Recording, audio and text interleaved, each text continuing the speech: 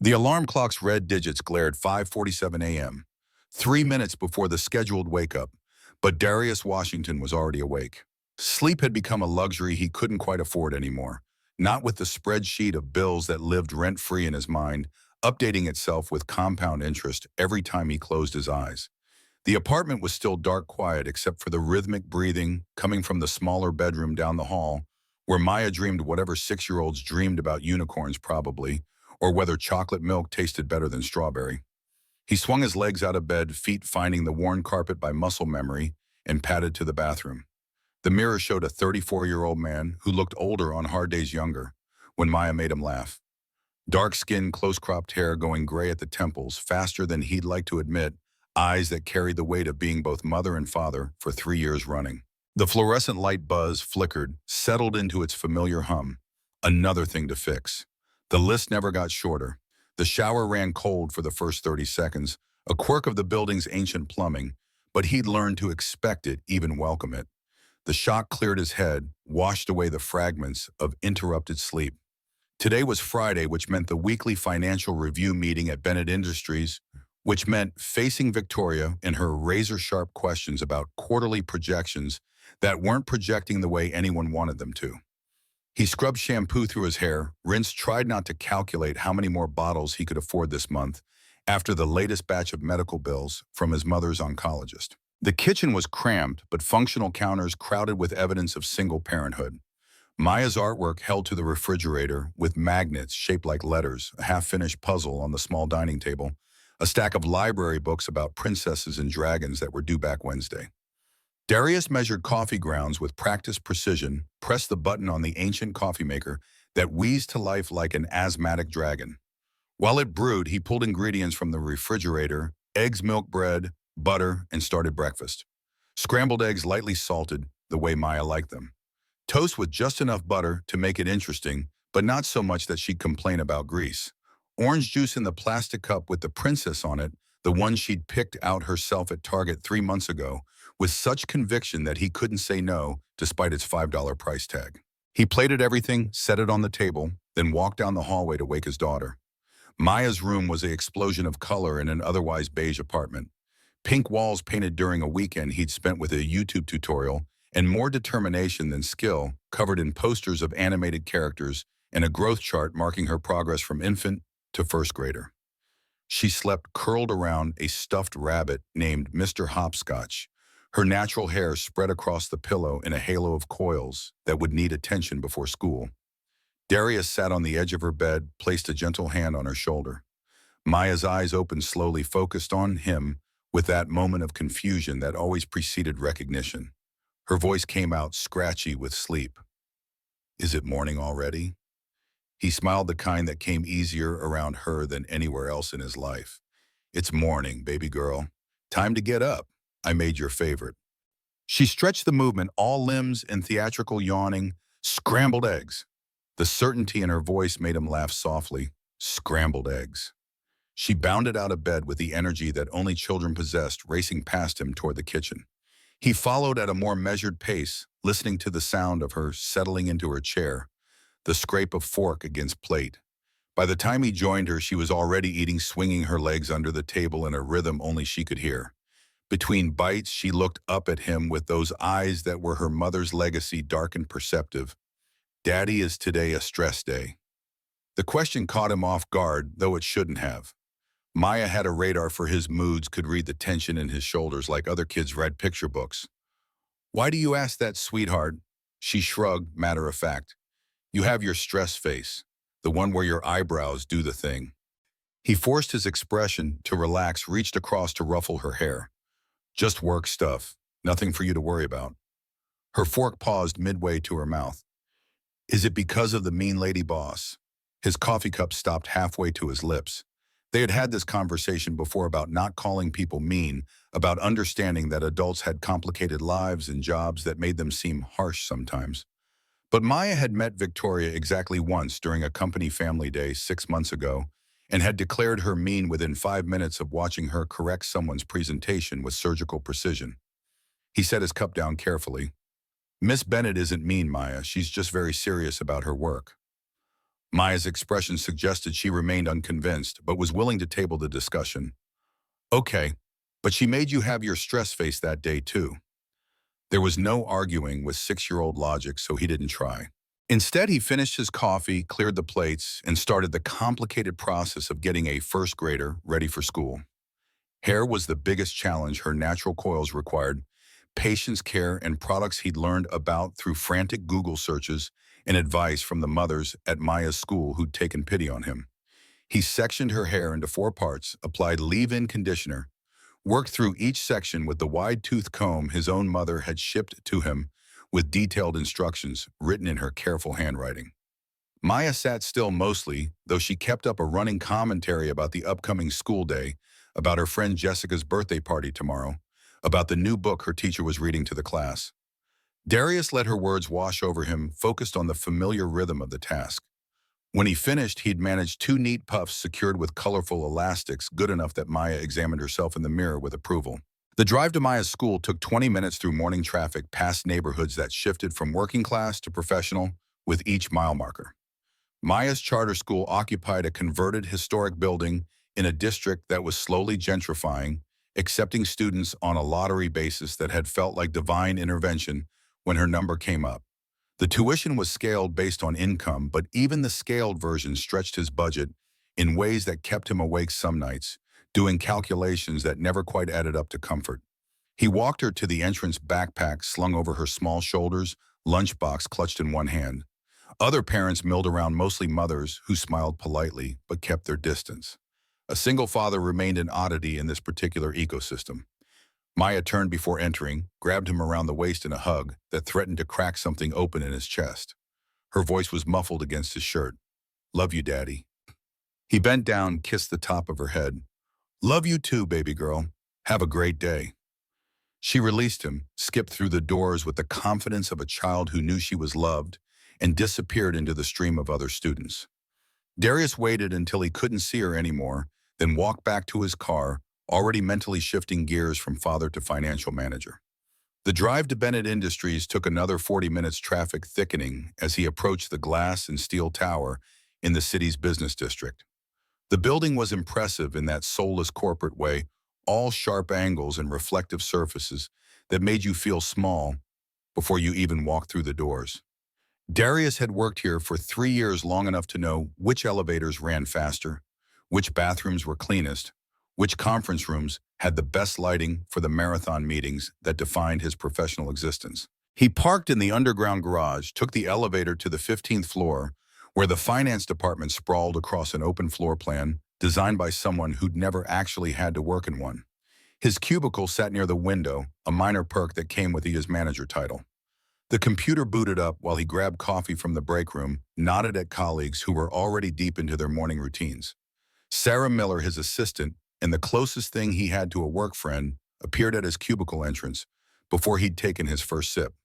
She was 26, fresh from a prestigious MBA program, sharp enough to run circles around most of the senior staff, but trapped in an assistant role because she'd made the mistake of being both young and female in a company that valued neither. Her expression telegraphed urgency. "Morning meeting got moved up to 8:30. Victoria's already in the conference room, and she looks like she wants blood." Darius checked his watch, 8:15. "What happened?" Sarah lowered her voice, though the open floor plan made privacy largely theoretical. "Preliminary quarterly numbers came in last night. We're down 15% from projections. Hamilton's been in her office since 7. Charles Hamilton, board chairman, old money, the kind of man who wore his entitlement like a second skin. If he'd been closeted with Victoria for over an hour, nothing good would come from this meeting." Darius grabbed his laptop, the physical folder containing his department's reports, and followed Sarah toward the conference room. The executive floor occupied the building's top story, accessible only by a separate elevator that required keycard access. The conference room was all floor-to-ceiling windows, and a table that could seat 20, but somehow always felt too small when Victoria Bennett was in the room. She stood at the head, tablet in hand, her attention fixed on something that made her jaw tighten, in a way that Darius had learned to recognize as fury being forcibly restrained. Victoria Bennett was 42, but could pass for younger on days when stress hadn't carved its temporary marks into her features. Today was not one of those days. Her suit was impeccable, charcoal gray, perfectly tailored, the kind that cost more than Darius's monthly rent. But her eyes held that particular hardness that meant someone was about to get eviscerated with surgical precision. Dark hair pulled back in a style that was professional and severe skin pale enough that the stress showed in the tightness around her mouth. She was objectively beautiful in that intimidating way that made men uncomfortable and women wary. The other department heads filed in, settling into chairs with the nervous energy of people expecting an execution. Hamilton sat to Victoria's right, his silver hair perfectly styled, his expression one of barely concealed satisfaction. At 63, he'd spent his entire career climbing corporate ladders and pushing competitors off them. The quarterly shortfall was exactly the kind of ammunition he'd been waiting for. Victoria's voice cut through the settling murmur. "Let's begin. Charles, if you'd present the preliminary numbers." Hamilton opened his folder with theatrical precision, distributed copies around the table. The numbers were worse than Sarah had indicated, not 15% down, but 18. Revenue had contracted, expenses had ballooned, and the stock price was going to react Monday morning with the kind of volatility that made boards nervous and shareholders litigious. Hamilton's tone carried just enough concern to mask the satisfaction underneath. "As you can see, we're facing significant headwinds. The question we need to address is whether this represents market conditions or management decisions." It was a subtle knife, but everyone in the room felt it slide in. Victoria's expression didn't change, but something shifted in the air around her, a tightening that made Darius's shoulders tense in sympathetic response. Her reply came measured, controlled. "Market conditions are certainly a factor. Tech sector valuations across the board are down 12%. However, I take full responsibility for our performance. The question is what adjustments we make moving forward." Hamilton leaned back, folded his hands. "Perhaps the adjustment needed is at the strategic level. Your initiatives over the past 2 years, diversity hiring, expanded parental, leave the employee wellness program, they've been admirable from a social perspective, but questionable from a fiduciary standpoint." There it was, the real agenda. Hamilton had opposed every progressive policy Victoria had implemented, citing cost concerns and shareholder value. The quarterly shortfall gave him the opening he needed to push back, to reframe compassion as financial irresponsibility. The head of marketing, Jennifer Torres, shifted uncomfortably. "The wellness program has improved retention by 23%. That's significant cost savings in recruitment and training." Hamilton smiled without warmth. "Retention doesn't matter if we can't afford to retain them." Darius felt his jaw clench. The numbers Hamilton was using were selectively chosen, ignoring the longer-term projections that showed Victoria's policies would pay dividends over time. But corporate boards didn't think in years. They thought in quarters and stock prices, in the immediate gratification of shareholders who measured success in dividend checks. Victoria's attention shifted to Darius. "What's your assessment of the finance department's role in this shortfall?"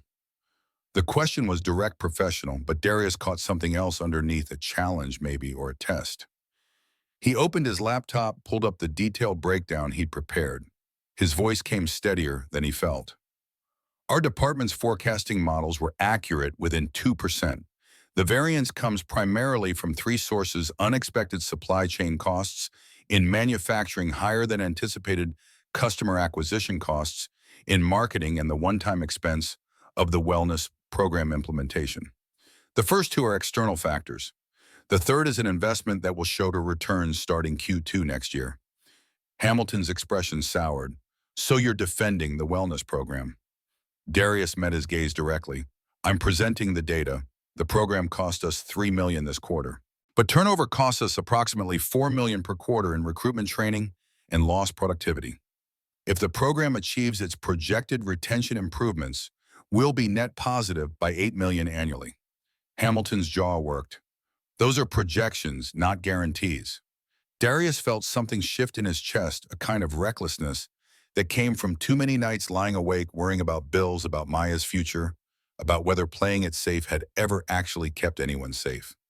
"Every business decision is based on projections, Charles. If we only acted on guarantees, we'd never innovate, never grow, never take the calculated risks that built this company in the first place." The silence that followed felt dangerous. Department heads stared at their folders, suddenly fascinated by numbers they'd already memorized.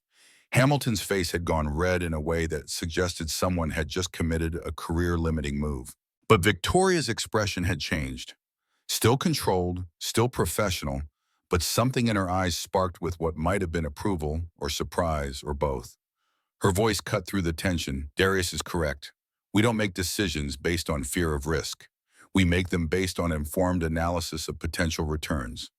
She turned to Hamilton and her tone took on an edge that could cut glass. Your concerns are noted, Charles, but unless the board has specific directives, I'll continue running this company according to the principles that took us from a startup to a billion-dollar valuation in 8 years. Hamilton stood abruptly. The board will have directives, Victoria. You can count on that. He left, taking his folder and his barely concealed hostility with him.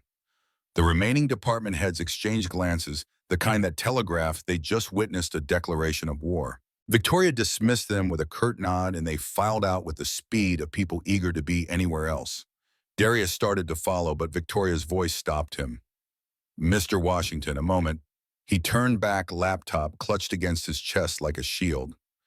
Victoria had moved to the window, staring out at the city spread below them like a circuit board. From this height, the people on the streets were invisible, reduced to the movement of cars and the shadows of buildings. And she didn't look at him when she spoke. Her words came quiet, almost reflective. That was either very brave or very stupid. Darius felt his heart hammering. Probably both. Now she turned and her expression had softened fractionally. Hamilton will remember that. He's not the forgiving type. Darius shrugged, aiming for a casualness he didn't feel. I said what needed saying. The numbers don't lie, and neither should we. Something flickered across her face, recognition maybe, or the acknowledgement of a kindred spirit. You stood up to me once before, 3 months ago during the budget review. You told me I was letting stress cloud my judgment. He remembered. It had been a closed-door meeting, just the two of them, and she'd been tearing apart his department's budget with a ferocity that felt personal. He'd pushed back, told her she was better than that fear was making her see enemies where there were only colleagues trying their best. She'd stared at him for a long moment, then dismissed him without another word. He'd assumed his career had stalled out at that exact second. His voice came careful. I probably overstepped. She shook her head, a small movement. You were right. I was better than that, and I am letting fear drive too many of my decisions lately. The admission surprised him. Victoria Bennett didn't do vulnerability, didn't show cracks in the armor she wore to every meeting, every presentation, every moment she spent in this building. But standing here in the morning light, she looked tired in a way that went deeper than lost sleep. Before he could respond, her professional mask slid back into place. Thank you for your support in there. I won't forget it. It was a dismissal, polite but final. Darius nodded, left the conference room, and tried to ignore the way his pulse hadn't quite settled back to normal. The rest of the day passed in the usual rhythm of meetings, emails, and the slow grind of financial management. Sarah appeared at his cubicle around 3 with gossip that Hamilton had been seen leaving the building in a fury, that the board had been making phone calls all afternoon, that something was brewing that would probably explode by Monday. Darius listened with half an ear, focused on finishing the monthly projections that were due by end of business. At 5:30, he packed up, took the elevator down to the garage, and drove back through rush hour traffic to pick up Maya from her after-school program. She bounced into the car full of stories about art class and how Tommy Anderson had eaten paste and had to go to the nurse, and Darius let her chatter fill the space while his mind kept circling back to Victoria's face in the conference room, to the way she'd looked when she said fear was driving her decisions. The evening routine unfolded with familiar comfort. Dinner, homework, bath time, the nightly battle over how many books counted as one more story. By 8:30, Maya was asleep. Mr. Hopscotch clutched to her chest, and Darius sat in the living room with a beer he didn't really want and a stack of medical bills he wanted even less. His mother's cancer treatment had been ongoing for 18 months, a brutal cycle of chemotherapy and radiation that was slowly winning the war but bankrupting them in the process. His parents' insurance covered most of it, but the co-pays and deductibles had accumulated into a mountain of debt that he chipped away at monthly $500 here, $1,000 there, never enough to make real progress. He shuffled through the latest batch oncologist hospital pharmacy and tried to decide which ones could wait another month. The knock came at exactly midnight, unexpected and jarring in the silence of the apartment. Darius's first thought was that something had happened. Maya's school, his mother, some emergency that required midnight notification. He set the bills aside, moved to the door, checked the peephole. Victoria Bennett stood in the hallway and she looked nothing like the woman who'd commanded that conference room this morning. Her hair was down loose around her shoulders, rain-soaked and clinging to her face. Mascara streaked down her cheeks, dark tracks against pale skin. Her blouse was plastered to her by the downpour that must have been happening outside, and her eyes held a devastation that made Darius's chest tighten in sympathetic pain. He opened the door, words catching in his throat. Victoria. Her voice came out raw, barely audible. I'm sorry to barge in like this, Darius. I didn't know where else to go. He stepped back, automatically creating space for her to enter his mind, racing through possibilities and finding none that made sense. Victoria Bennett showing up at his door at midnight, looking like her world had collapsed. It felt surreal, impossible, like stepping into someone else's life. From behind him, Maya's sleepy voice called out, Daddy, who's at the door? Victoria's eyes widened, reality crashing into whatever desperation had driven her here. You have a daughter.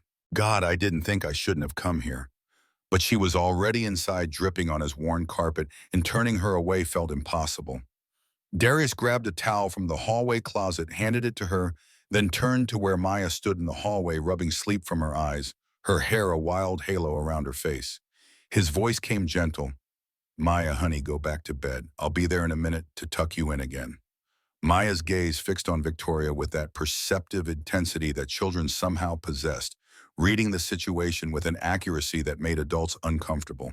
She studied Victoria for a long moment, then nodded and padded back toward her bedroom, Mr. Hopscotch dragging behind her across the floor. Victoria pressed the towel to her face, shoulders shaking. I'm so sorry. This was completely inappropriate. I should go. Darius moved to the living room, gestured for her to follow. You're here now. Sit down. Tell me what happened. She sank onto his couch, worn secondhand. Nothing like the furniture that must fill her penthouse, and stared at her hands. The towel lay forgotten in her lap. When she spoke, her voice carried the hollow quality of someone who'd had their foundation kicked out from under them. The words came slowly, painfully. I caught my fiancé with my best friend tonight, at our engagement party. Darius felt the air leave his lungs in a rush. Jesus. Victoria laughed, but it was a broken sound. We were celebrating 7 years together, finally making it official.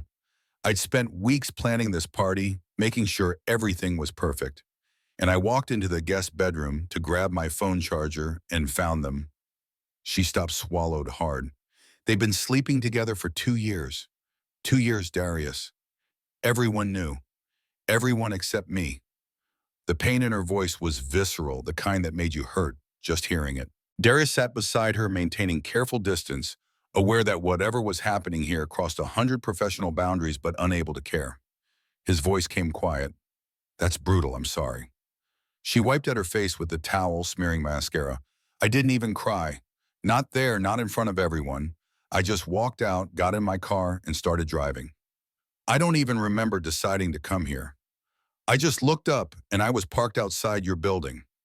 Darius tried to process that, tried to understand what would make Victoria Bennett untouchable, CEO, the woman who terrified board members, show up at his door in the middle of the night. They barely knew each other beyond professional interactions and that one heated exchange where he'd challenged her. Yet here she was, vulnerable and broken, sitting on a secondhand couch in an apartment that probably fit inside her penthouse bathroom. Victoria's gaze swept the room, taking in the scattered toys, the half-finished puzzle on the coffee table, the framed photo of Darius and Maya at her school's Cultural Heritage Day. Her expression softened fractionally. You have a beautiful daughter. Darius felt warmth spread through his chin. She's my whole world. Victoria's eyes settled on the photo. Darius in traditional African clothing his mother had sent Maya, in a dress celebrating her heritage. Both of them laughing at something just outside the frame. How long have you been doing this alone? The question felt personal, intimate, in a way that should have made him deflect. 3 years. Her mother left when Maya was 3. Decided family life wasn't what she'd signed up for. Victoria absorbed this, nodded slowly. And you've been managing this, she gestured around the apartment, while working 60-hour weeks at Bennett Industries. He shrugged, uncomfortable with the implicit praise.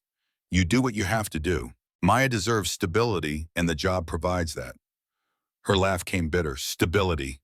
I've spent 15 years building that company, convincing myself that stability came from success, from power, from being untouchable.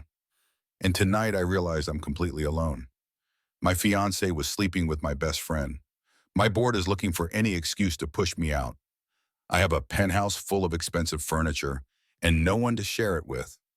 The raw honesty of it cut through Darius's defenses. He recognized that kind of loneliness, the particular isolation that came from being strong for so long that you forgot how to be anything else.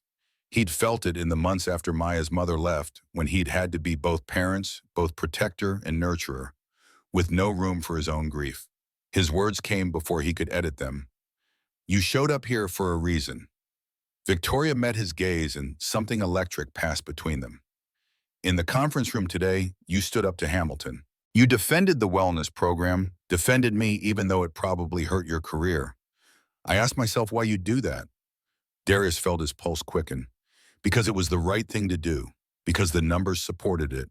Because she cut him off. Because you said I was better than letting fear drive my decisions.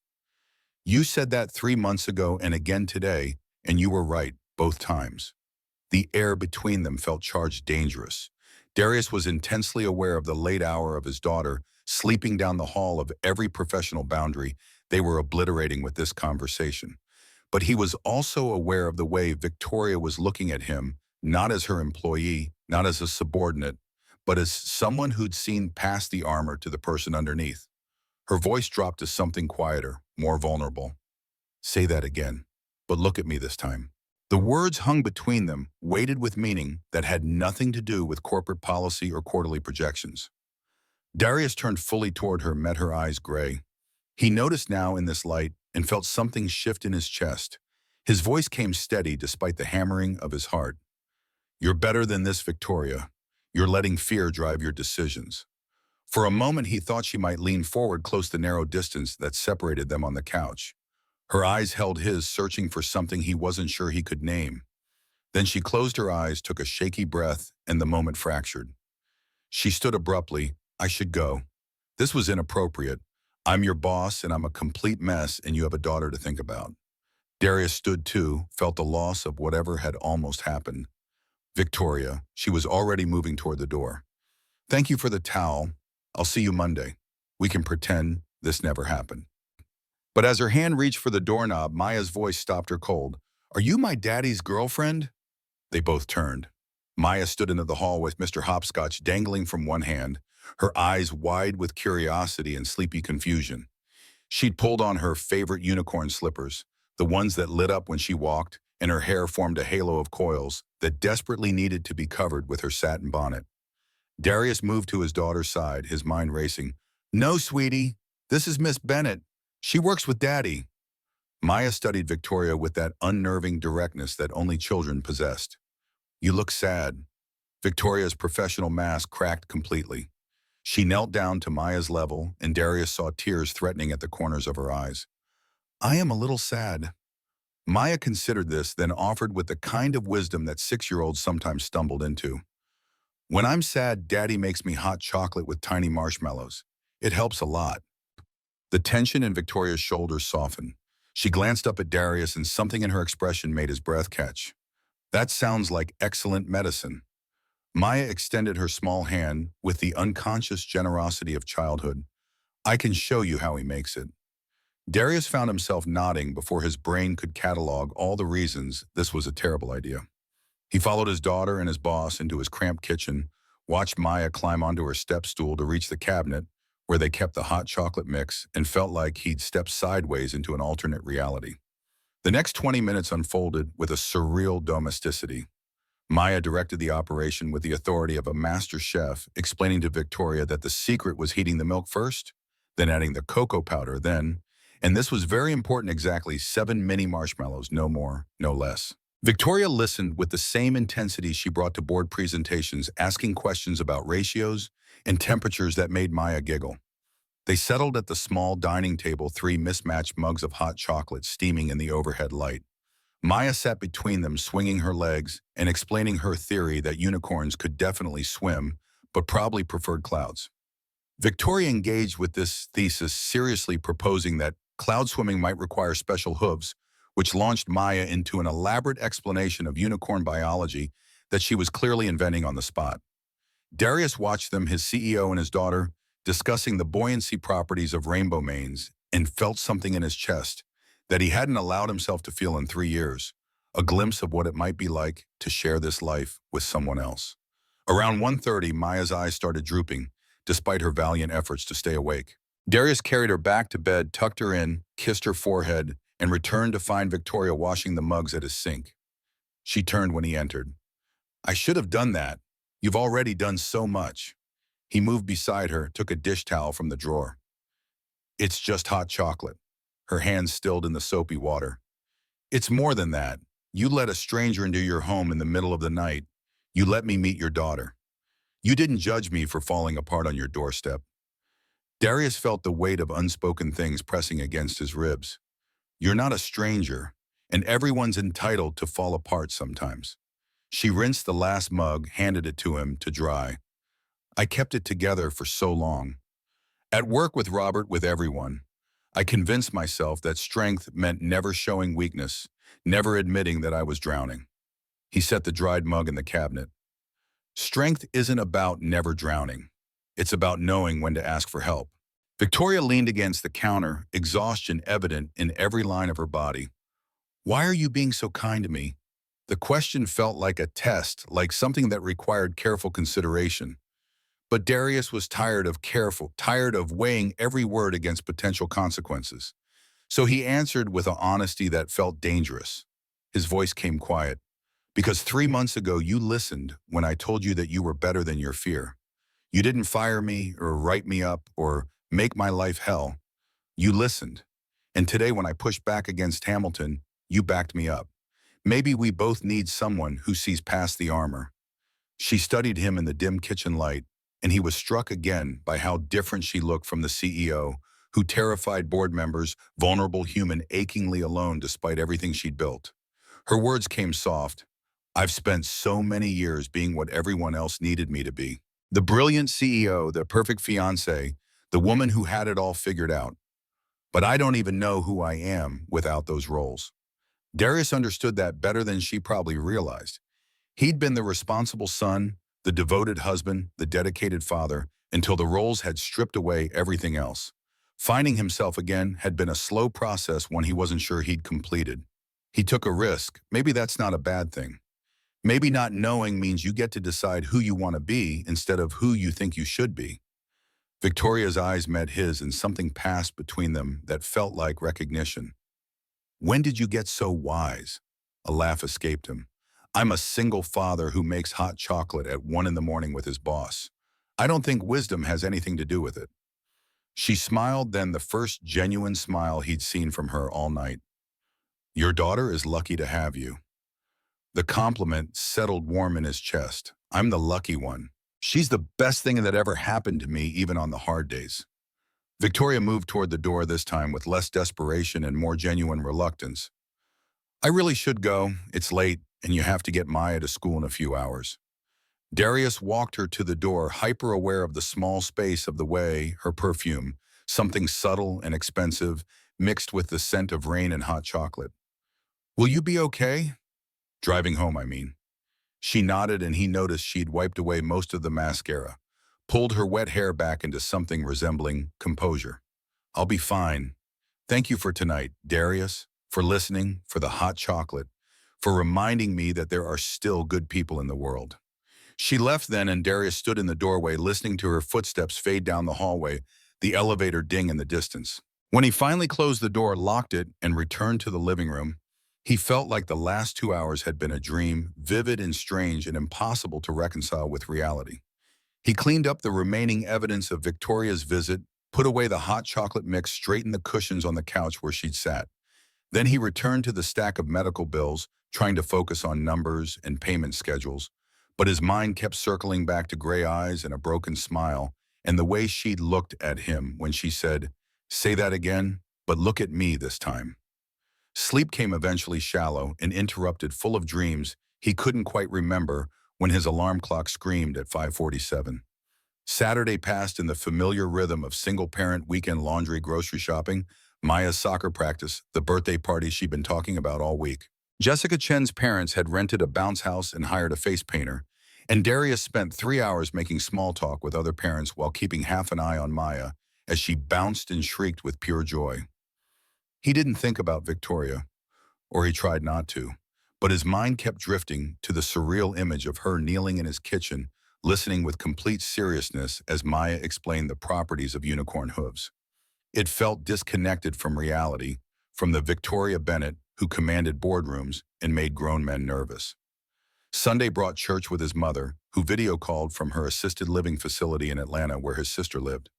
The connection was terrible, freezing mid-sentence, and making his mother's voice stutter like a skipping record. But Maya chattered away about her week while Darius's mother smiled, with the kind of tired warmth that came from fighting battles that took everything you had. After Maya was asleep Sunday night, Darius sat with his laptop and tried to focus on the financial projections that were due Monday, but concentration felt impossible. His phone sat beside him silent, and he kept expecting it to buzz with a message from Victoria, something acknowledging Friday night, or maybe pretending it hadn't happened. But the screen stayed dark. Monday morning arrived with the kind of clarity that comes after a storm. Darius dropped Maya at school, drove through traffic that seemed lighter than usual, and pulled into the underground garage at Bennett Industries with a knot of anxiety in his stomach. The weekend had given him time to think, to recognize that Friday night had been an aberration, a moment of crisis that would probably never be mentioned again.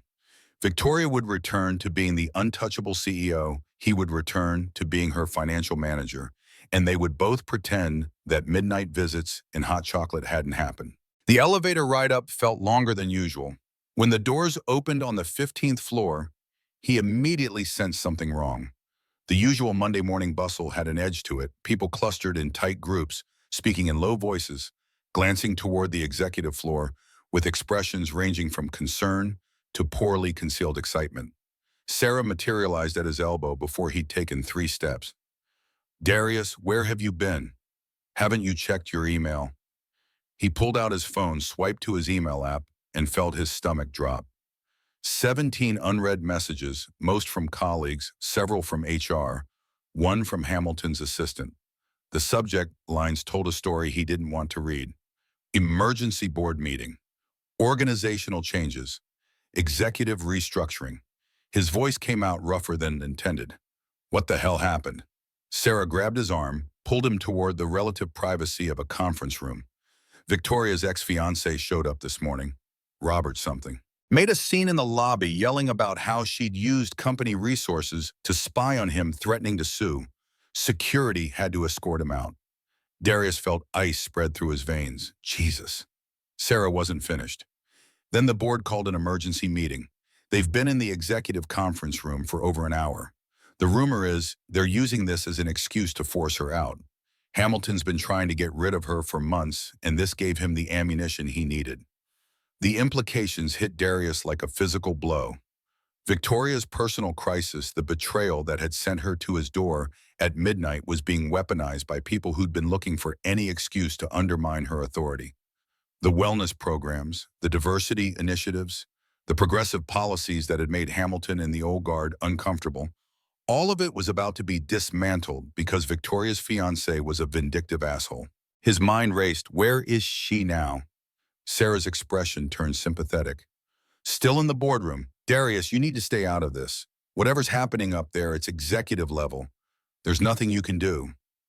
But Darius was already moving toward the elevator, Sarah's protests fading behind him. He didn't have a plan, didn't know what he thought he could accomplish. But the image of Victoria sitting on his couch, broken and vulnerable and completely alone, drove him forward. The executive floor felt different on Monday mornings, the energy sharp and predatory. The assistant outside the boardroom, Angela, middle-aged and protective of her territory, stood as Darius approached. Her voice carried warning. "Mr. Washington, you can't go in there. The board is in session." He didn't slow down. "I need to speak with Miss Bennett. It's urgent." Angela moved to block him, but Darius was taller, faster, and desperate.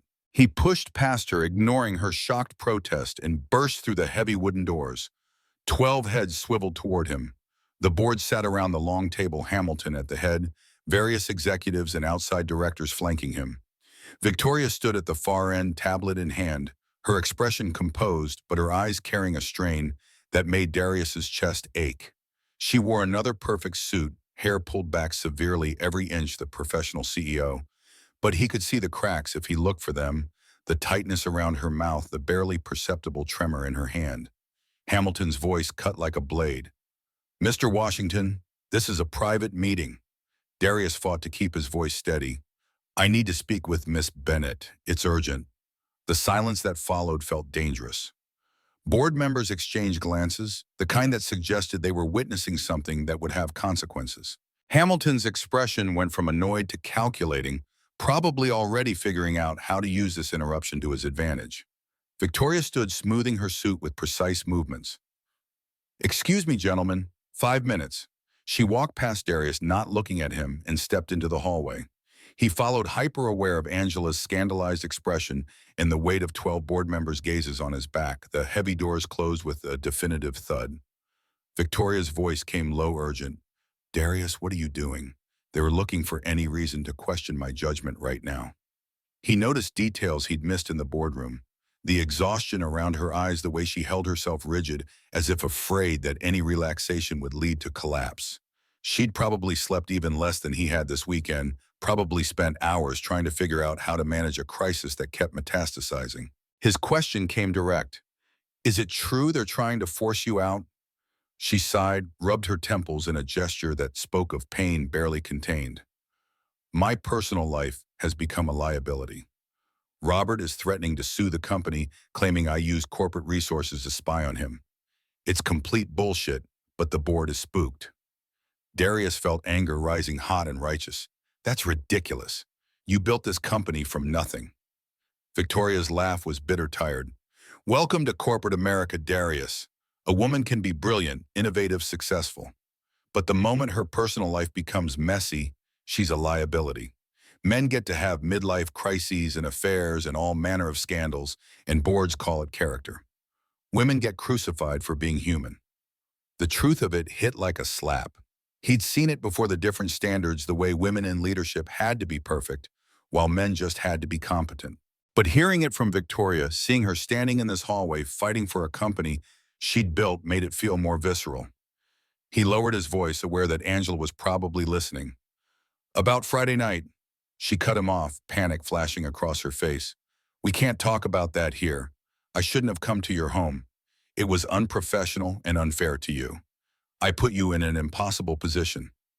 Darius wanted to argue, to tell her that Friday night had meant something, that the connection he'd felt wasn't just his imagination. But the fear in her eyes stopped him. She was fighting for her professional life, and the last thing she needed was a subordinate complicating things with personal feelings. His voice came formal, careful. "I understand. I just wanted to make sure you were okay." Something flickered in her expression, gratitude maybe, or regret. "I need to go back in there and salvage what's left of my career. Thank you for your concern, Mr. Washington, but I'll handle this." The use of his last name felt like a door closing. She turned, shoulders squared, and walked back into the boardroom without looking back. Darius stood in the hallway, feeling like he'd just been dismissed from something important without fully understanding what had happened. Angela glared at him as he walked past her desk. "That was extremely inappropriate, Mr. Washington." He didn't respond, just took the elevator back down to the 15th floor, where Sarah was waiting with an expression that mixed concern and exasperation. Her voice dropped to a whisper. "What were you thinking, barging into a board meeting?" Darius slumped into his desk chair. "I wasn't thinking. She needed someone on her side." Sarah sat on the edge of his desk. "That's romantic and stupid in equal measure. She's your boss, Darius. Whatever you think you can do to help, you're more likely to make things worse." The words stung because they were probably true. But Darius couldn't shake the image of Victoria standing alone in that boardroom, facing down a board that had already decided her fate, and he hated feeling powerless to change it. The afternoon crawled by in a haze of forced productivity.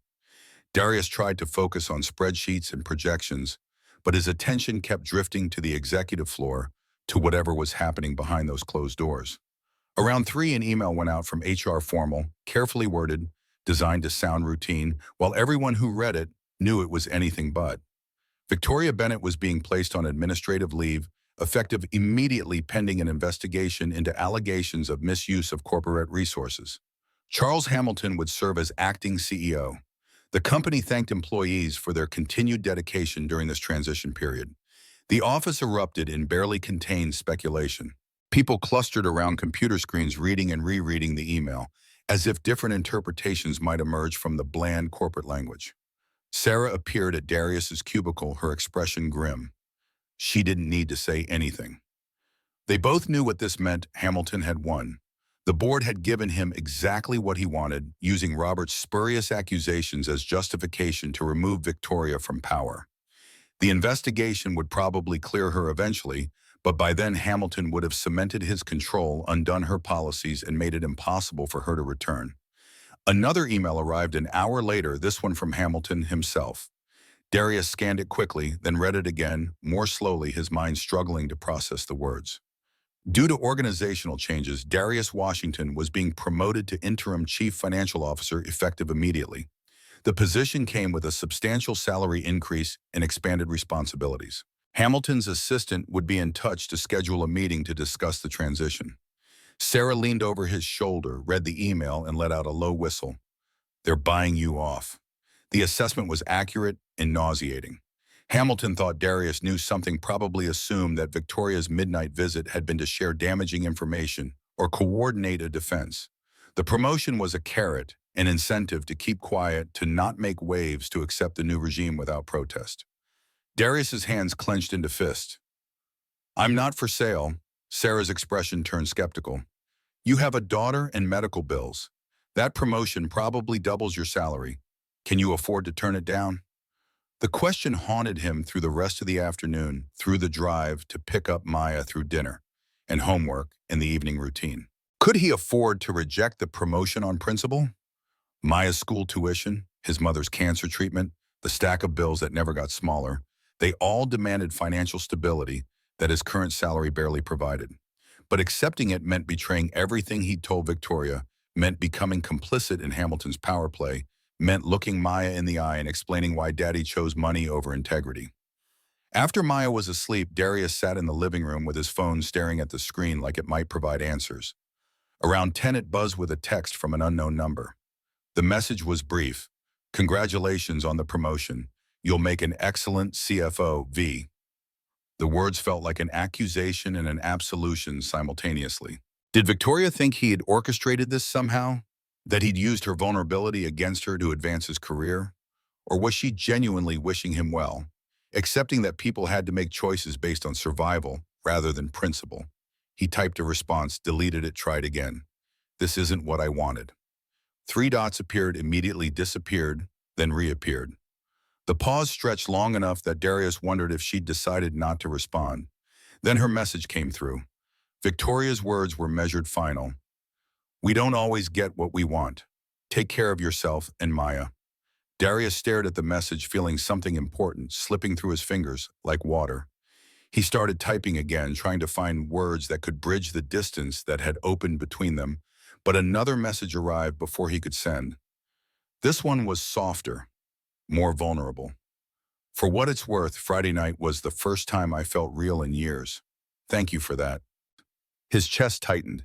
He wanted to call her, to hear her voice, to tell her that Friday night had meant something to him too, that he wasn't sure what was happening between them, but he wanted to find out.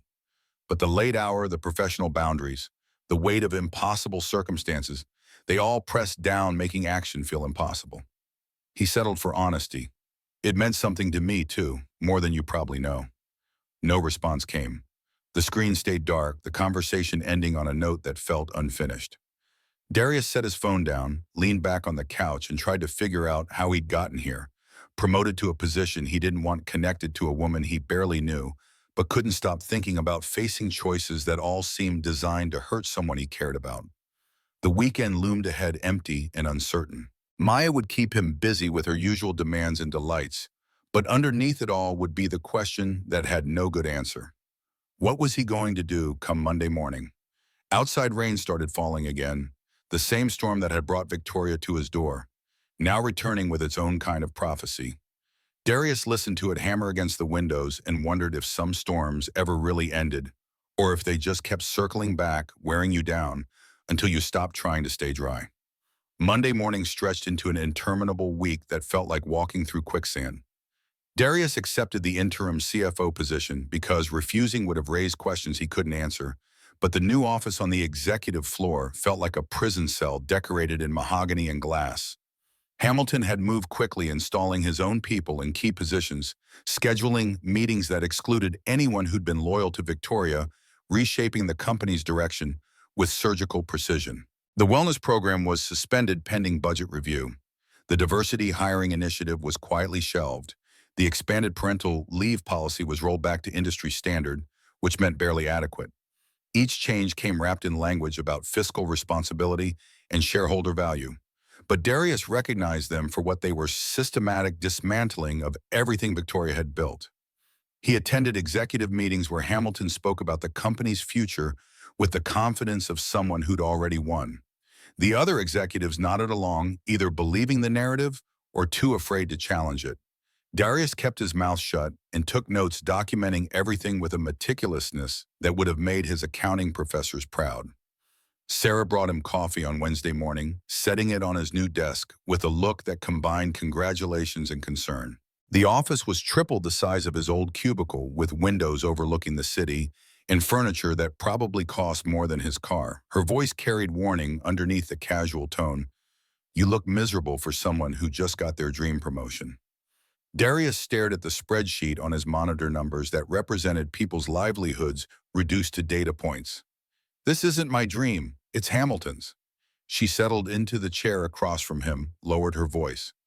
"People are talking, wondering why you got promoted right after Victoria got suspended. Some think you sold her out." The accusation landed like a punch, even though Sarah was just reporting office gossip. "I didn't do anything to her." Sarah's expression suggested she believed him, but new belief didn't matter in the court of corporate opinion. "Doesn't matter what's true, matters what people think is true. And right now the optics are terrible." Maya noticed the change too in the way children noticed everything adults tried to hide. Thursday night, while Darius helped her practice spelling words, she looked up from her worksheet with eyes too perceptive for 6 years old. Her question came innocent, devastating. "Daddy, why don't you smile anymore?" He forced brightness into his expression. "I smile all the time, baby girl." She shook her head, completely unconvinced. "Not your real smile. Your pretend smile, the one you use when Grandma asks if you're eating enough vegetables." The observation was accurate enough to hurt. Darius set down the pencil, pulled Maya onto his lap. "Work's just been stressful lately, but that's not your problem to worry about." Maya played with the buttons on his shirt, a habit from when she was younger. "Is it because the mean lady boss went away?" He corrected automatically. "She's not mean, sweetie, and she didn't go away. She's just taking some time off." Maya absorbed this with the logic that defined childhood. "But you liked her, I could tell. You used your soft voice, the one you only use with me and Grandma." Darius felt exposed by his daughter's insight. Had it been that obvious? Had everyone at the office noticed the way he'd defended Victoria, the way he'd looked at her, the edge of something more than professional respect? Friday afternoon brought Hamilton's summons. The message came through his assistant, not a request, but a command delivered with the kind of corporate politeness that couldn't disguise the power dynamic. Darius took the elevator to Hamilton's office, knocked on the doorframe, and entered a space that screamed old money and older attitudes. Hamilton sat behind a desk that looked like it belonged in a museum, expensive scotch already poured into a crystal glass despite the hour barely being past 3. He didn't offer Darius a drink, which felt deliberate, a subtle reminder of hierarchy, even in this moment of supposed mentorship. Hamilton's smile didn't reach his eyes. "Darius, my boy, sit down. Let's talk about your future." The endearment grated. Darius had never been Hamilton's boy, would never be, but he settled into the leather chair and tried to look receptive rather than revolted. Hamilton took a long sip of scotch, savored it with the appreciation of someone who'd never had to choose between quality alcohol and groceries. You've been doing excellent work. The board is impressed. Your financial analysis, your leadership potential, your understanding of what this company needs to succeed. Darius waited for the other shoe to drop. Men like Hamilton didn't offer compliments without expecting something in return. The older man leaned forward, voice dropping to something conspiratorial. We've decided to make your position permanent. Substantial raise, full benefits, stock options. You'll be set for life, Darius. Your daughter will have every opportunity.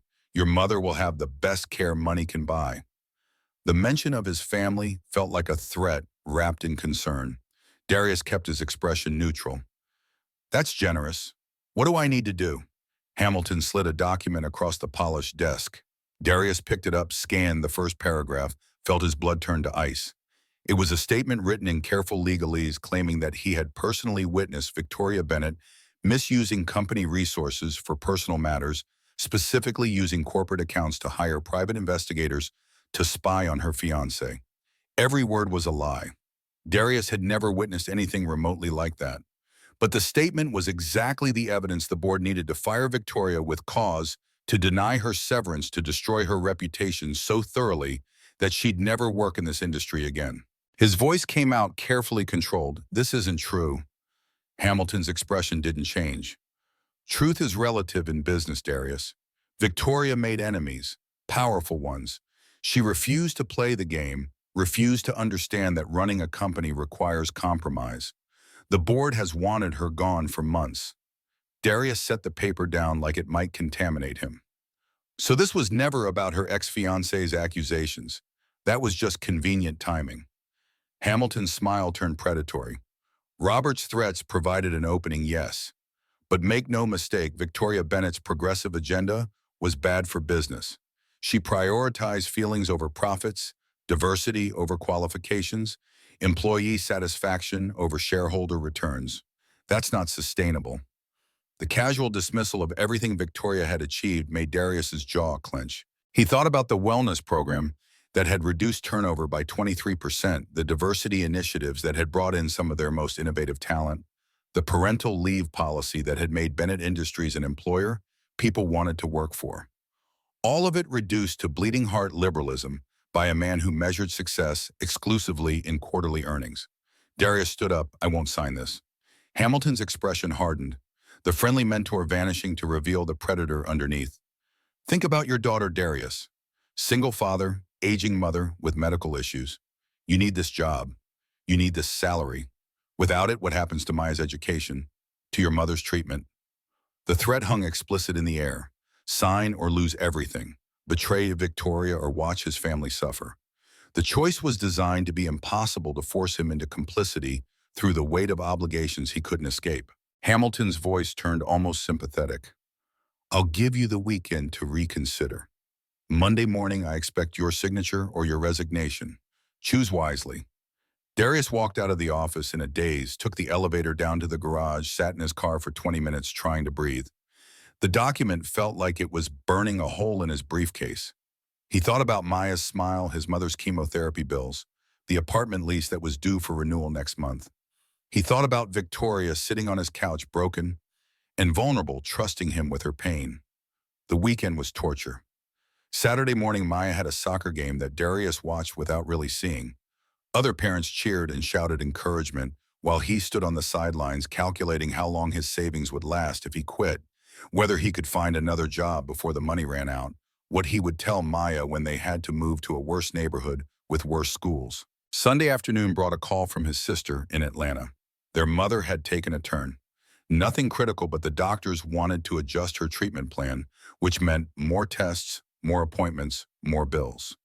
His sister's voice carried exhaustion that mirrored his own, the weariness of adult children watching a parent fight a battle that took everything and promised nothing. After he hung up, Darius sat in Maya's room watching her sleep.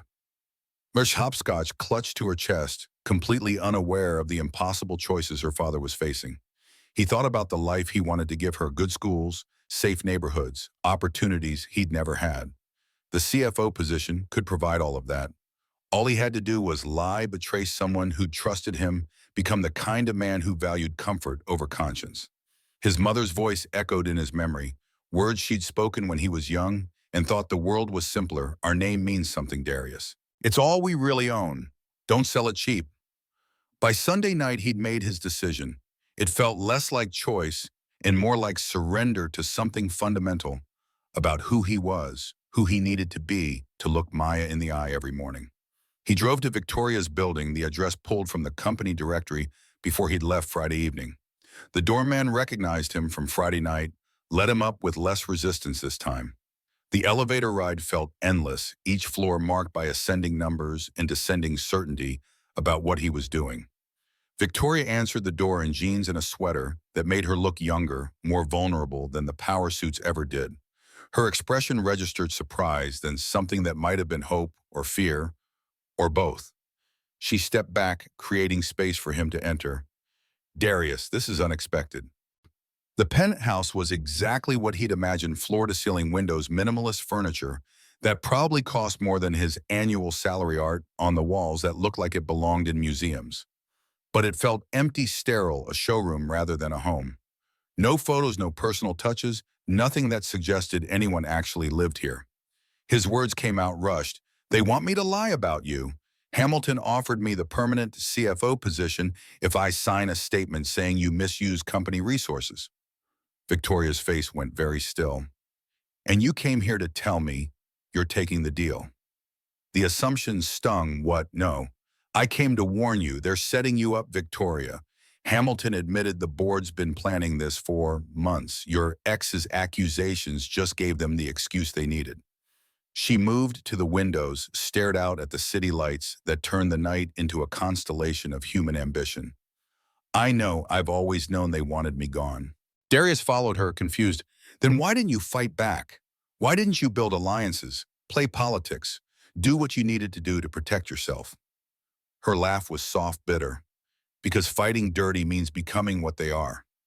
I built that company on principles, Darius.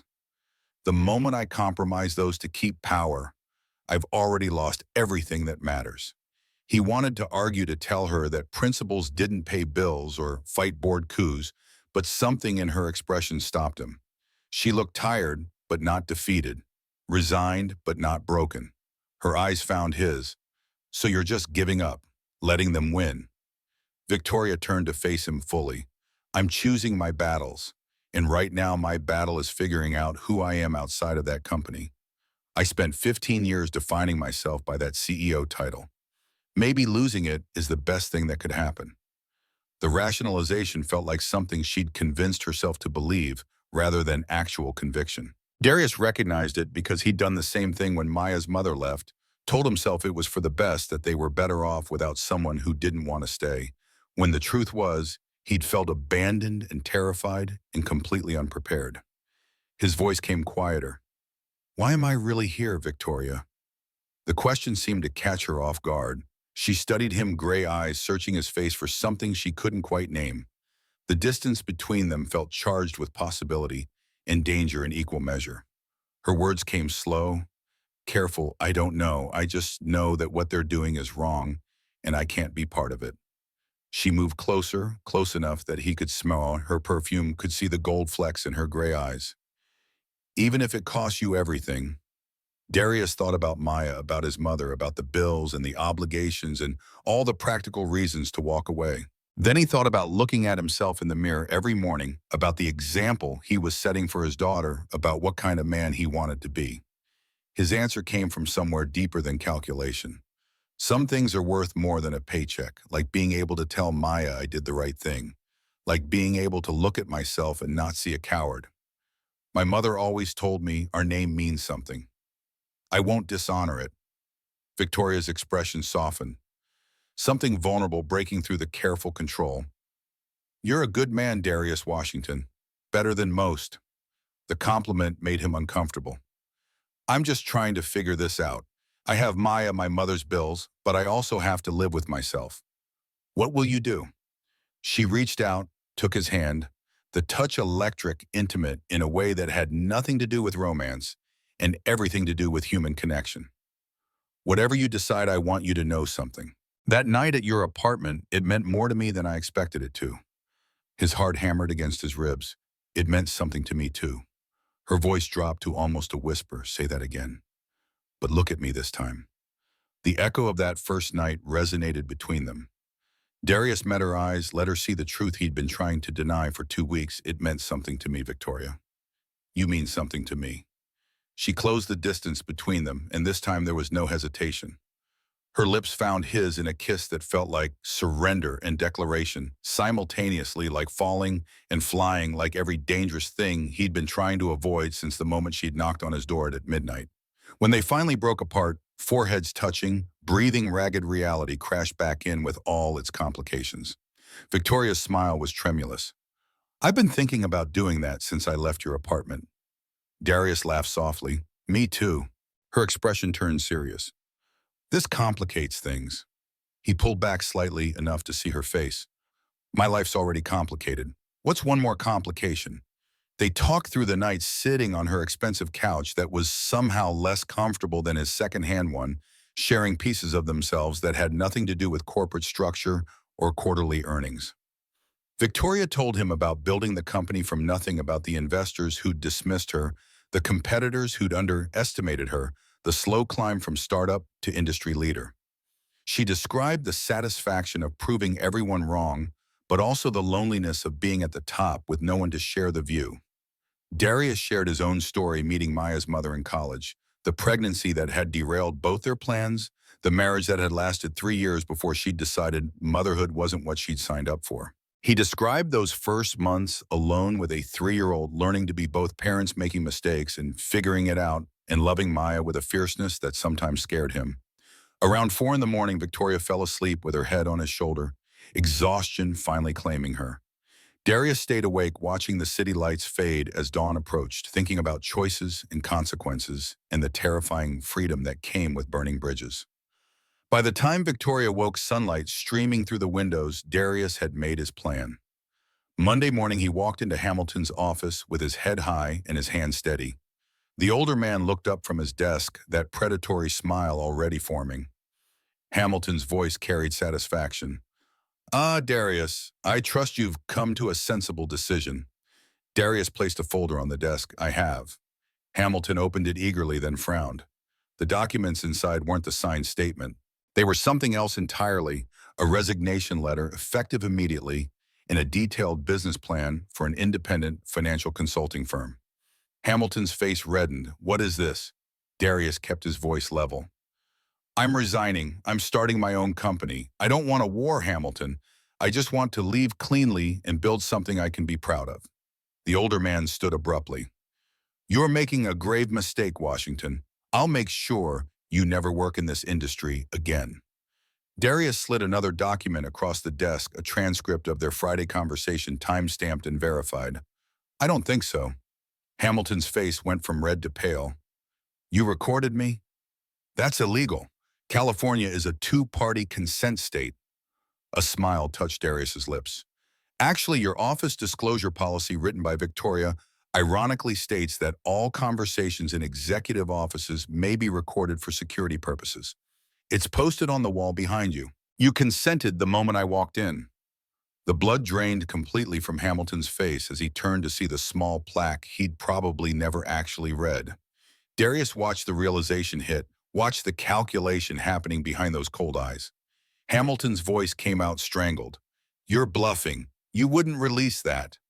Darius shrugged. Am I care to test that theory with the board, with the press, with the SEC, given that some of what you admitted constitutes potential securities fraud? They stared at each other across the expensive desk, predator and prey reversing roles. Finally, Hamilton sank back into his chair, suddenly looking every one of his 63 years. His words came out defeated. What do you want? Darius felt something settle in his chest, a kind of peace that came from standing on solid ground. I already told you. Clean exit, standard severance package, neutral reference. That's all. Hamilton's nod was stiff. Fine. Get out. Darius turned to leave, but Hamilton's voice stopped him at the door. She'll break your heart, you know. Victoria Bennett doesn't know how to love anything except power. The assessment was meant to wound, but Darius recognized it for what it was. The bitter observation of a man who'd spent his life accumulating power and ended up alone. His response came quiet. Maybe. but I'd rather take that chance than spend another day working for someone who doesn't know the difference between power and strength. He walked out of Hamilton's office for the last time, took the elevator down to the 15th floor, and started boxing up his desk. Sarah appeared with coffee and an expression that mixed pride and concern. Her voice carried admiration. "You actually did it. You quit." Darius taped up a box of personal items. "I quit, or got fired. The line's pretty blurry." She helped him pack, asked questions about his plans, offered to help however she could. Other colleagues stopped by, some wishing him well, others maintaining careful distance from someone who just committed career suicide. By noon, his office was empty and his corporate email was deactivated. Walking out of Bennett Industries for the last time felt like shedding skin, painful, necessary, liberating. The afternoon stretched ahead with terrifying possibility. No job, limited savings, and a business plan that was more hope than strategy. His phone buzzed with a text from Victoria. "I heard. Are you okay?" He typed back, define okay, unemployed but employed, terrified but certain, free but trapped by consequences. Her response came quickly. "Come over tonight after Maya's asleep. We should talk about next steps."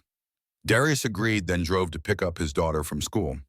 Maya bounced into the car full of stories about art class and recess, completely unaware that her father had just upended their entire financial future. He listened to her chatter and wondered how long it would be before she noticed the changes, before the consequences of his choices started affecting her life. That evening, after Maya was tucked in and his mother had been updated via a phone call that soft-pedaled the drama, Darius drove back to Victoria's penthouse. She answered the door quickly, pulled him inside, and the kiss that followed felt different from last night, more desperate, more real, weighted with the knowledge that they'd both just jumped off cliffs without knowing if they'd fly or fall. Victoria pulled back first, her hand still resting on his chest, where she could probably feel his heart racing.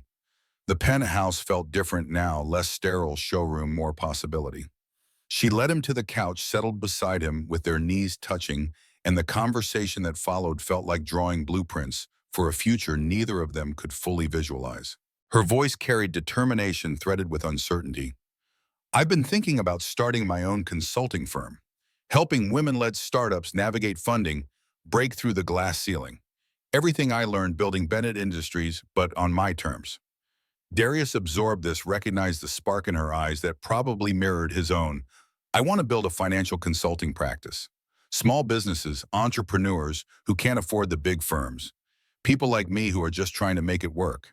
They talked through logistics, office space, initial clients, startup costs. Victoria had savings, investments, connections.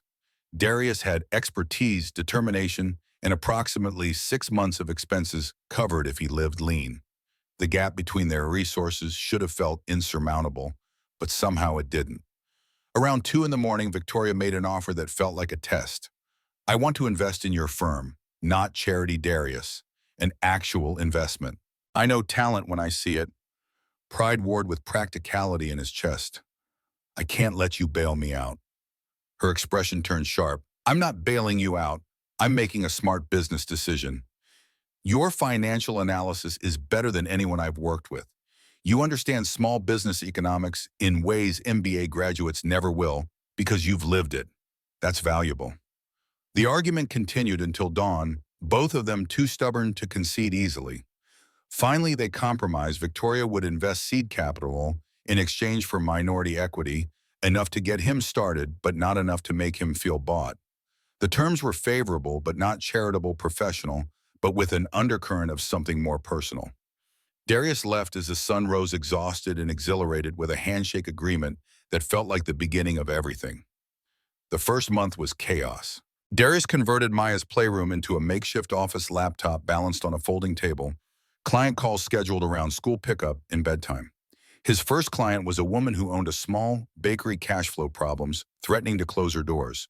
He spent 3 nights analyzing her books, restructuring her payment schedules, negotiating with suppliers. When she called 2 weeks later to say the changes had saved her business, Darius felt something he hadn't experienced at Bennett Industries. Direct impact, immediate meaning. Victoria launched her consulting firm with characteristic intensity. Her first client was a tech startup founded by 2 women who'd been laughed out of venture capital meetings. Victoria walked them through pitch refinement, financial projections, investor psychology. Within 6 weeks, they'd secured Series A funding. But success wasn't linear. Month 3 brought crisis that felt designed to break them both.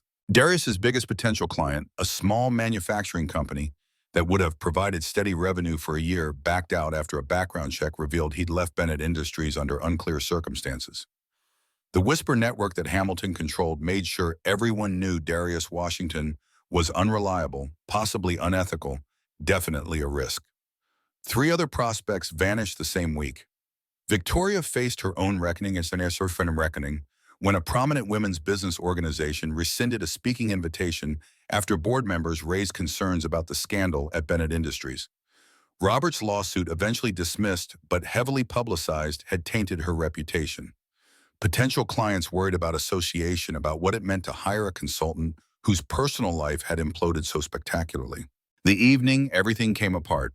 Darius sat at his folding table, surrounded by unpaid invoices and dwindling bank balance, calculating how many more weeks he could survive before crawling back to corporate employment. His phone rang. Victoria, her voice tight with frustration. She didn't bother with greeting. "I just lost the Henderson account. They said my scandal makes me a liability to their brand." Darius closed his eyes, felt defeat settling into his bones. Johnson Manufacturing pulled out this morning. Hamilton's been making calls. The silence on the line felt heavy with shared despair. 3 months in, and they were both failing in ways that felt inevitable. Victoria's voice came smaller than he'd ever heard it. Maybe this was a mistake. Maybe I'm not cut out for starting over. The admission terrified him because if Victoria, brilliant, relentless, Victoria was ready to quit, what chance did he have? But then Maya appeared in the doorway, pajamas on backwards, Mr. Hopscotch dragging on the floor. Her sleepy voice cut through his spiral. "Daddy, why are you sad talking?" He muted the phone. "Just work stuff, baby. Go back to bed." Maya crossed to him instead, climbed into his lap with the confidence of someone who knew she'd always be welcome. "You told me when things are hard, that's when we work harder. Remember, when I wanted to quit soccer because I wasn't good at it." The memory surfaced. Maya in tears after a game where she'd missed every shot, wanting to give up. He'd told her that hard things were worth doing, that failure was just practicing for success, that Washingtons didn't quit when things got difficult. His daughter's logic was damning. "So why are you quitting?" Darius unmuted the phone. "Victoria, you still there?" Her voice came uncertain. "Yeah." He looked at Maya, at her complete faith that her father would figure it out. "We're not quitting, we just need a different strategy." The shift happened gradually, then all at once. Instead of chasing big clients who worried about reputation, Darius focused on businesses too small for anyone else to care about: immigrant-owned shops, single-parent entrepreneurs, people trying to build something from nothing. They couldn't pay much, but they paid what they could, and word of mouth in those communities spread faster than Hamilton's Whisper network. Victoria pivoted to startups too early for traditional consulting founders who were building in garages and spare bedrooms. She traded equity for fees, betting on potential rather than immediate profit. Some would fail, but the ones that succeeded would make the gamble worthwhile. They worked insane hours, Darius coding financial models after Maya went to sleep, Victoria taking calls at midnight with founders in different time zones. Their businesses grew slowly, painfully, nothing like the hockey stick growth investors wanted to see, but sustainable in ways that mattered more. 6 months in, they were still struggling, but no longer drowning. The relationship developed in stolen moments: coffee while Maya was at school, late-night phone calls after she fell asleep, weekends, when Victoria would come over and they'd pretend to work while mostly just enjoying proximity. Maya's acceptance of Victoria happened gradually.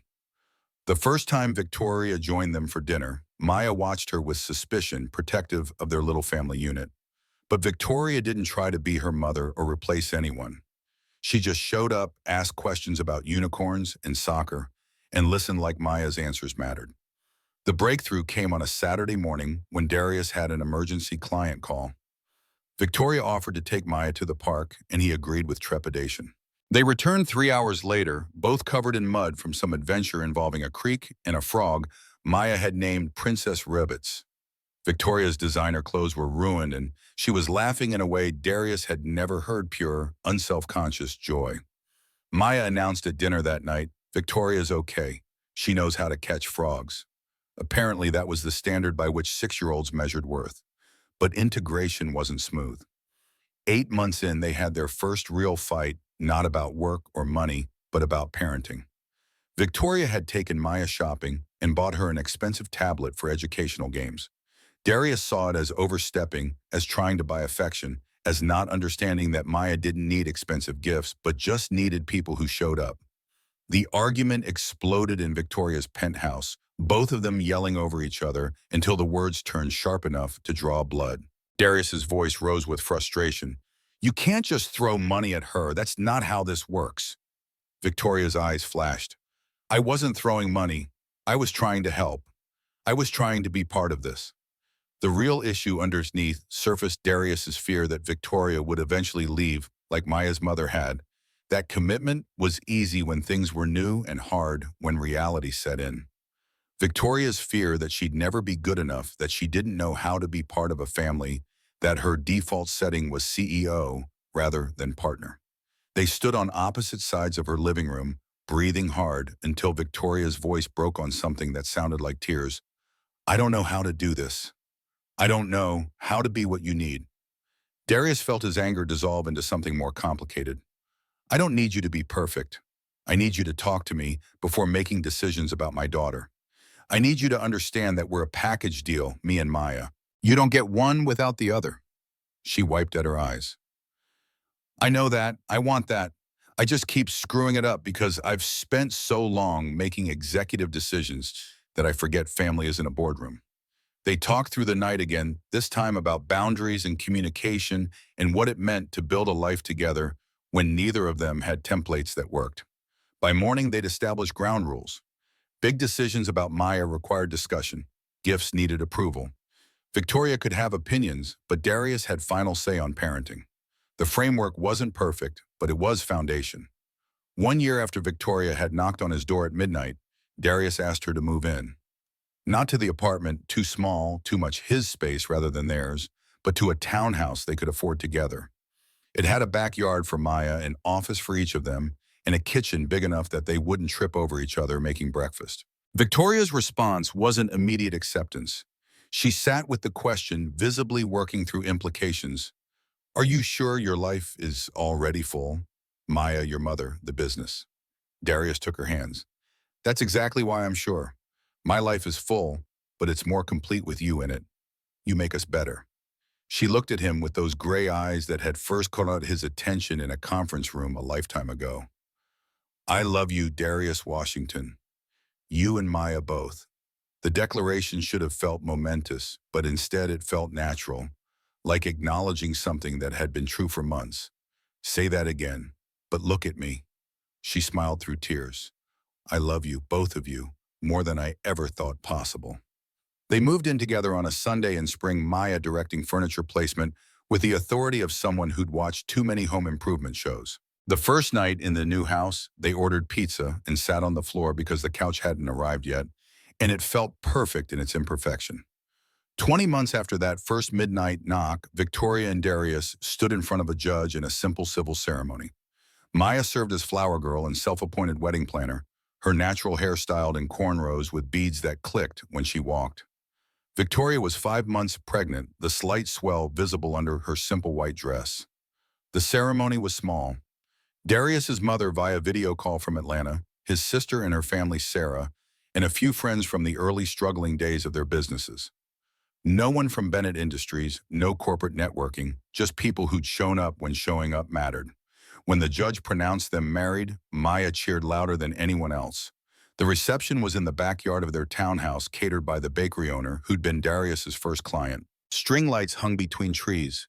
Music played from a speaker balanced on the porch railing. It was modest and perfect, and theirs. During their first dance, Victoria whispered against his ear, "You saved me." Darius pulled back enough to see her face to make sure she understood. "No, we saved each other." Later, after most guests had left, Maya stood on a chair to make an announcement. At 8 years old, she'd grown into her perceptiveness, could read emotions the way other kids read picture books. Her voice carried clear across the yard. "I want to say something about Victoria." The remaining guests quieted. Darius felt Victoria tense beside him, probably worried about what unpredictable thing his daughter might say. But Maya's expression was serious, thoughtful. She looked directly at Victoria.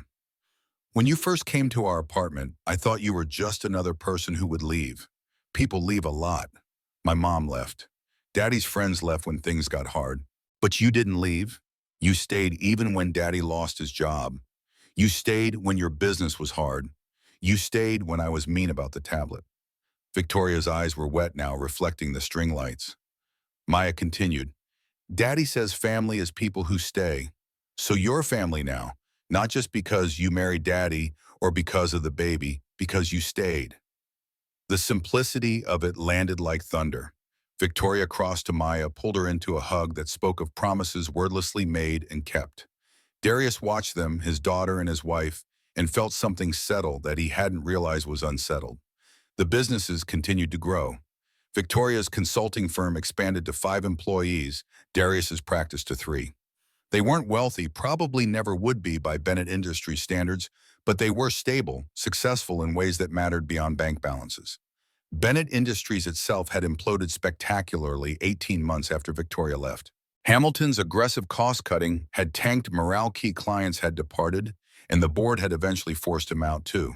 The company sold to a competitor at a fraction of its peak valuation. Victoria read the news with something that wasn't quite satisfaction, more like vindication mixed with sadness for what could have been. 2.5 years after that midnight knock, Darius's phone rang while he was reviewing contracts. Unknown number, which usually meant spam or a potential client. He answered anyway. The voice was familiar despite years of silence. Mr. Washington, this is Jennifer Torres from Bennett Industries, or what's left of it. Jennifer had run marketing, had been one of the few executives to quietly support Victoria. Darius remembered her defending the wellness program in that final meeting. Jennifer, what can I do for you? Her tone carried irony. The board wants to offer Victoria her CEO position back. New ownership, clean slate, commitment to her original vision. They're serious about making things right. The offer should have felt like vindication, like justice finally arriving late, but arriving nonetheless. Darius thanked her for the call, said he'd pass along the message, and hung up feeling something complicated. That night, after Maya was asleep and their son Marcus, 3 months old, was finally down after a marathon feeding session, Darius told Victoria about the call. She absorbed it without visible reaction, then moved to the window overlooking their modest backyard. The view was nothing like her old penthouse, but something in her posture suggested she preferred this one. Her response came quiet. What do you think I should do? He joined her at the window. What do you want to do? Victoria was silent for a long moment, then turned to face him with a smile that held zero hesitation. I want to stay exactly where I am. I have a company I built from nothing, a family I love, a life that's mine, rather than one I'm performing for shareholders. Why would I trade that for an office that never really wanted me? The certainty in her voice matched what Darius felt about his own choices. They'd built something together, not just businesses, but a life that didn't require compromise or performance, that allowed them to be fully themselves. He pulled her close. Then tell them thanks, but no thanks. She laughed against his chest. You know what the best part is? 3 years ago, that offer would have felt like everything I wanted. Now it just feels like everything I already left behind. Later, when Victoria had returned Jennifer's call and politely declined, she found Darius in Marcus's nursery, watching their son sleep with an expression that still caught her off guard, sometimes pure, uncomplicated love. She stood beside him, their shoulders touching. Do you ever regret it? Walking away from the CFO position, the security, the easy path. Darius considered the question honestly. The years had been hard, money-tight success, uncertain every month, a balance between bills and dreams.